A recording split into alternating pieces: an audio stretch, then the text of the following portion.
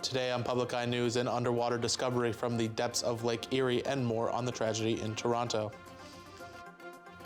Ryan Gooch has our weather forecast, and Max Stevens updates us on playoffs from the ice and the basketball court. Hi, I'm Mason Wallace. I'm Caleb Rydell. Welcome to Public Eye News.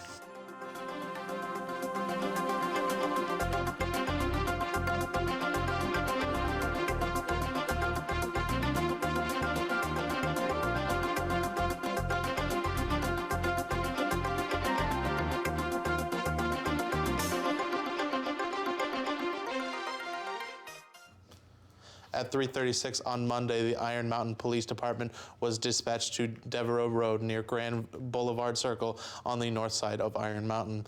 They were responding to a report that a 5-year-old child had been hit by an Iron Mountain's public school bus.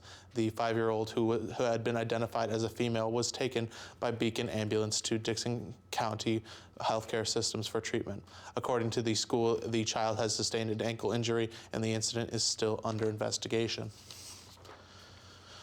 The Economic Alliance for Michigan announced the updated Leapfrog Hospital Safety Grades. The hospital safety grade scores hospitals on how safe they have kept their patients from errors, injuries, accidents, and infections. Hospitals in UP Health Systems Marquette, Iron Mountain's Dickson County Health Care System, and Sault Ste. Marie's War Memorial Hospital received straight A's.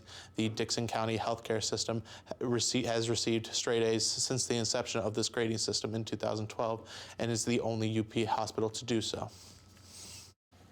U.S. Attorney Andrew Burge announced Monday that 64-year-old David Louis Vernier was sentenced to 45 months in federal prison, along with another 3 years of supervised release for bankruptcy fraud.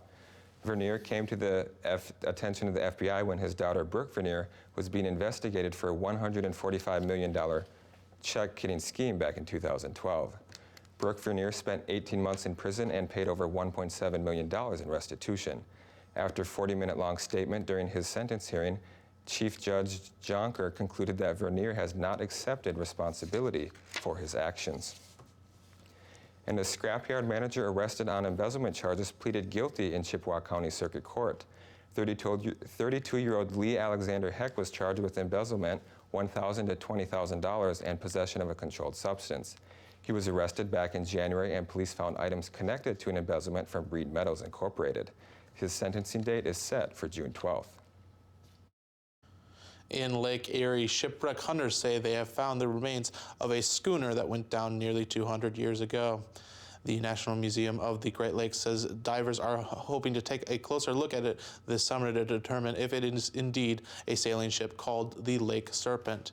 Lake Erie is the shallowest of the Great Lakes and is the home to hundreds of shipwrecks. If this ship turns out to be the 200-year-old ship, they believe it will be one of the oldest shipwrecks discovered in Lake Erie.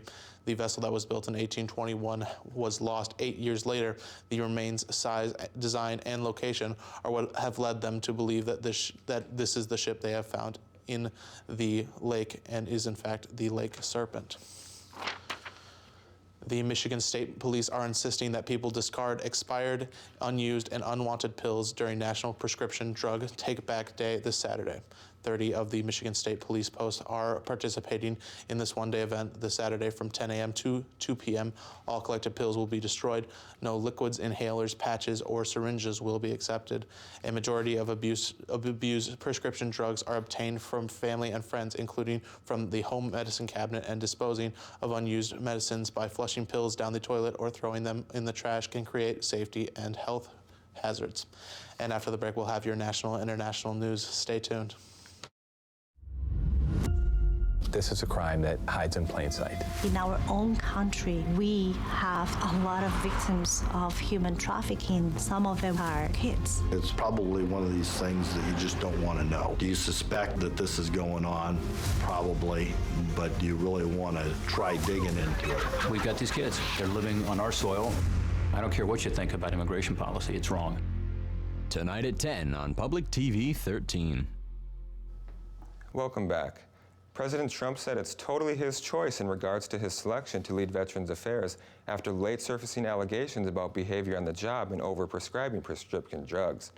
At a news conference at the White House, Trump said Dr. Ronnie Jackson is one of the finest people he has met. Jackson's hearing was set for Wednesday at the Senate Veteran Affairs Committee, but now has been indefinitely postponed following the allegations. The allegations involve workplace practices, claims of inappropriate behavior, and over-prescribing prescription drugs. And Toronto police are now looking for a motive in what appears to be a deliberate vehicle attack after a rented van ran down pedestrians on a crowded sidewalk yesterday. Don Daler is at the scene with more. First responders rushing to the chaos in North Toronto Monday quickly discovered what one witness described as a war zone. I couldn't believe what I seen, man. It was like, oh man, everybody, all these people on the streets getting hit one by one. Paramedics raced to triage patients at the scene and all the way to the hospital. Orange tarps marked the bodies of the dead. I saw the van hit a man walking through the intersection. It was a green light. Police say the rampage began just before 1:30 p.m. The white rental van jumped the curb and sped down the sidewalk, plowing through pedestrians, at times described as fast as 30 miles an hour. By the time the van stopped, the destruction stretched for nearly a mile and a half. Come on, get down! No, get down! A tense standoff with police followed as the suspect pointed an object at an officer. I've got my pocket! Get down! I've got my pocket! Get down! Get down, get shot! Need the head! No shots were fired, and Manassian eventually surrendered to police and was arrested. There's nothing that indicates he has a gun, no. Toronto Police Chief Mark Saunders says investigators are searching for a motive and that terrorism has not been ruled out. It is early. We're not excluding anything. It's our process, though, to follow what we have. The horror in Toronto echoes deadly vehicle attacks in Nice, Berlin, and New York. Prime Minister Justin Trudeau called his country's attack senseless. Our hearts go out to anyone affected. All of Toronto is with you. At Monday night's Stanley Cup playoff game in downtown Toronto, hockey fans held a moment of silence to honor the victims. This is an enormous crime scene. Police have shut down this entire length of street and are still collecting evidence and interviewing witnesses. 10 people were sent to the hospital. 5 are still listed in critical condition. Don Daler, CBS News, Toronto. President Donald Trump is weighing U.S. withdrawal from the Iran deal and declaring that if Iran begins their nuclear program again, there will be problems. Trump met with French President Emmanuel Macron, where the two allies discussed the multinational nuclear agreement, the war in Syria, and trade issues. Macron and Trump believe that together the U.S. and France can defeat terrorism, eradicate weapons of mass destruction in North Korea and Iran, and act together on behalf of the planet, which may allude to Macron trying to convince Trump to re-enter the Paris Climate Accords. Trump has said that he does not like the deal many times, but he has not recently been specific on whether or not the U.S. will stay in the deal. The Avengers join forces with the Guardians of the Galaxy, and Bill Cosby chooses whether to testify at his sex assault trial. Chris Martinez has those stories and more in your Eye on Entertainment. Closing arguments are expected today in Bill Cosby's sexual assault retrial. The 80-year-old comedian chose not to testify. He's accused of drugging and molesting Andrea Constant at his Pennsylvania home in 2004. Cosby's first trial ended with a hung jury. Make each day your own. This year's Tony Awards will be extra special for actress Chita Rivera. The Broadway superstar will be honored for lifetime achievement in the theater, along with producer Andrew Lloyd Webber. The Tony Committee calls the two of them groundbreakers and inspirations. The awards show airs on CBS in June. Avengers: Infinity War opens in the U.S. on Friday, and the filmmakers are keeping up the suspense. They were so determined to keep the plot under wraps, they gave the actors fake scripts up to the last minute. They would send us, scenes, and sometimes they were ghost scenes that were not really the real scene, so then you would memorize that scene, and by the time you got there, it wasn't your lines, it was something else. In this installment, the Avengers joined forces with Guardians of the Galaxy and Marvel's biggest ensemble cast so far. That's your Eye on Entertainment. Chris Martinez, CBS News, Los Angeles. And after the break, we'll have your weather and sports. Stay with us.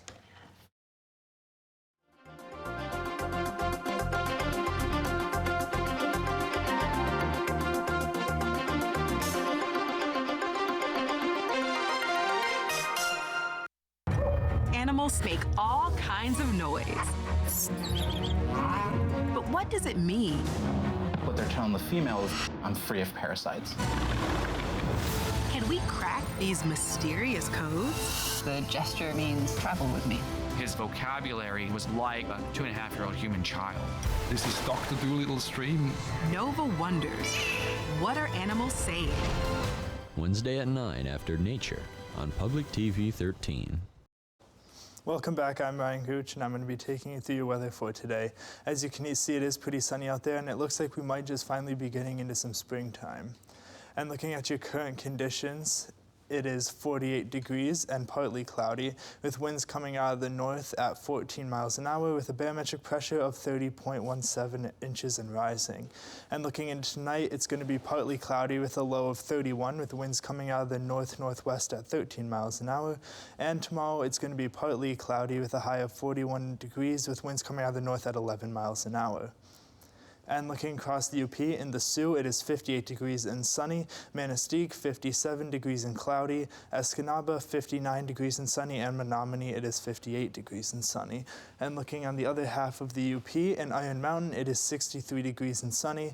Ironwood, 48 degrees and partly cloudy. And up in Houghton, it's 50 degrees and partly cloudy. And back in Marquette, it's 48 degrees and partly cloudy. Now looking ahead, Thursday, we're going to have a high of 58 degrees with a low of 30 and cloudy. Friday, a high of 41 with a low of 31 and rain. And Saturday, a high of 43 with a low of 30 and sunny. Now, Max, temperatures have been hot recently, and I heard the NBA playoffs were hot yesterday as well. Absolutely, Ryan. This is a very exciting first round. First round of the NBA playoffs continue, and last night I saw two teams going up 3-1. The Utah Jazz defeated the Oklahoma City Thunder 113-96, riding a 33-point outing from Donovan Mitchell. Meanwhile, the Houston Rockets defeated the Minnesota Timberwolves 119-100 to give themselves an opportunity to win the series at home in Game 5. Tonight, 3 more games will be featured. The Bucks and Celtics will play in Boston for the right to claim the lead in the series. Winner takes a closeout opportunity into Milwaukee for Game 6 on Thursday. Meanwhile, the 76ers have an opportunity to advance past the Miami Heat in Game 5 in Philadelphia, while the Golden State Warriors will get their second opportunity to end their series with San Antonio tonight in Oakland. And the true beauty of a best-of-7 series is that it leaves room for a true back-and-forth battle, where a single poor outing doesn't doom your playoff hopes. If you like Game 7s, then the Boston vs. Toronto series is for you. The Maple Leafs picked up a win in the series' penultimate game last night, 3-1, to force the series to go back to Boston for the final game. Also in action last night were the Capitals and Blue Jackets. Washington successfully closed out their first-round series with Columbus, doubling up the Blue Jackets 6-3, winning the series 4-2. This pits the Capitals against their playoff kryptonite, the Pittsburgh Penguins, in round 2. We've talked about basketball and hockey, which leaves only baseball at this time of year. The Detroit Tigers have been on a bit of a hot streak lately, winning 5 out of their last 7 games, following having 3 games postponed with the Yankees. Across the stretch, the Tigers swept a 3-game series with the Orioles and split a 4-game series with the Kansas City Royals most recently. Following yesterday's off day, the Tigers now prepare to begin a 3-game series in Pittsburgh with the Pirates. First pitch is at 7:05, and it'll be Jordan Zimmerman on the mound for the Tigers against Chad Kuhl for the Pirates. And with that, that's all the time we have for today. Thank you very much for joining us in this edition of Public Eye News. We'll see you all tomorrow.